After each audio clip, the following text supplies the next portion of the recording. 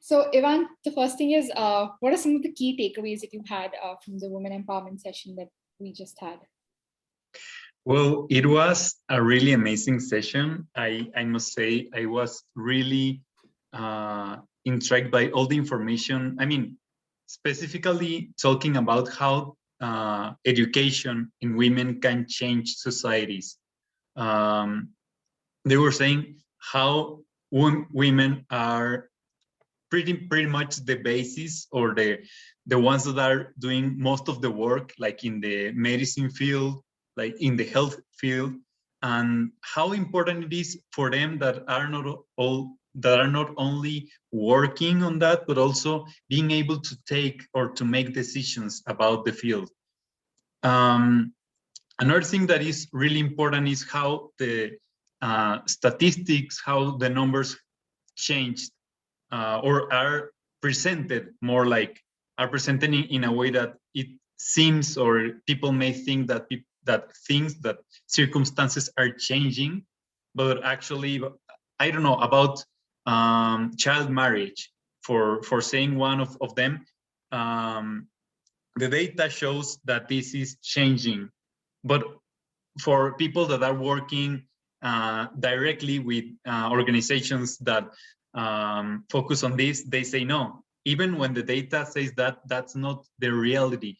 And it's really important to know the perspective of the people that are actually working directly with that, and to be able to have, and this thing about data and statistics is really important, because it's not only how information is presented, how like social understanding of something is presented, but also like the perspective in which this is presented, so that it may need or not to make some changes in that. So I think like the biggest highlight for me of the session is how important it is to have the right information and to empower women that are the ones that can change the generation. Because if you like focus or invest in the development of a man, well, this person is going to be able to success and keep going. But if you do that for a woman and she decides to have children,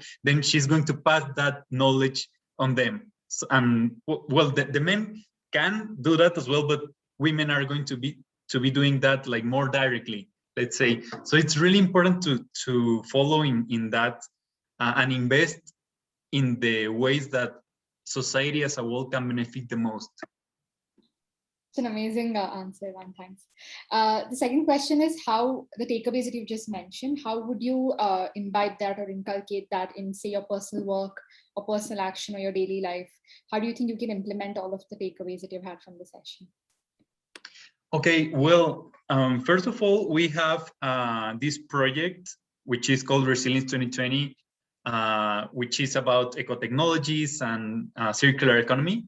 And half of our departments are run by women. So we are doing our drop of water in the bucket, as they were saying, is not enough. That's just one thing. And we want to do that like in a horizontal way, so everyone is taking into account. But I know it's still not enough. I mean, let's say specifically talking about the SDG 5, which is about gender equality, because of the nature of our project, is not one of the main SDGs that we are considering, like I don't know, sustainable cities and using the renewables and energy and stuff. Those are more directly impacted by your project. However, we are like trying to impact all the 17, and specifically about the 5th,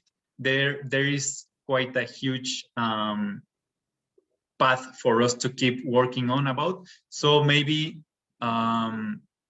considering joining a person, well, a woman, so that she can help us to reach the goals about this SDG, like in a more conscious, let's say, way. Because also, like, we are a project which is quite what's the word?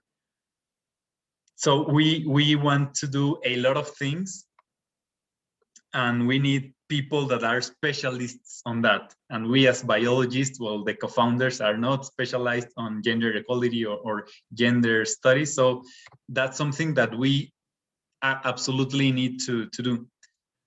And yeah, well, I think that's pretty much it. I can say that my girlfriend, she's a feminist, so she usually teaches me all about these issues.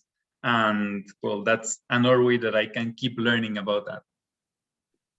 Awesome, Ivan. Thank you so much. And one last question is, what outcomes or expectations do you have that you hope to take away by the end of the festival? Or what outcomes do you expect that comes out by the end of the festival? We have, I think, 5 more days to go. So 4 more days to go. So what outcomes are you expecting? Yes, well, there are many actually. One of the things that I like the most about this festival, this is the second one that I attend to, is the opportunity to connect with so many people from around the world, and to, well, everyone that is involved in climate change, in environmental justice, I think we are like fighting for the same cause, and as we are going to be able to do more as we are more connected. So this connection, this networking, this is something that I really look forward to. I had an opportunity in another space to meet someone that is in an organization that supports mangroves and coastal environments. And so in one of yesterday's sessions, I found someone that is from Cameroon that is actually working in this. So I had the opportunity to connect them both. And I think this is something great about that. And also learning, because as much as we can learn is how we can do things. And that's something that in this session particularly was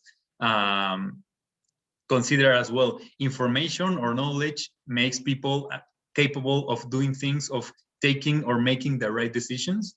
So the more we learn, or the more I learn in my personal case about the issues that are happening in the rest of the world and how people are like tackling them, the more that we are going to be able to reach and to support and to understand. So sustainability, I think, is something that covers a lot of things, and the more we know, the more we are going to be able to make. So it will be pretty much that, connections, networking, and learning about others around the world.